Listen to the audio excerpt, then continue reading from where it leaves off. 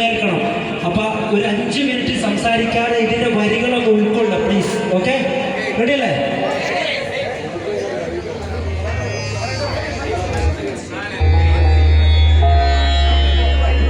ആരോട് ചോദിക്കും ഈ നഷ്ടവേളയിൽ, ആരുണ്ടെനിക്ക് നീ എന്ന ചോദ്യത്തിനുത്തരം.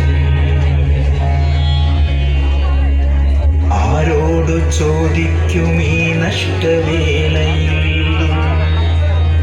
ആരുണ്ടെനിക്ക് നീ എന്ന ചോദ്യത്തിനുത്തരം.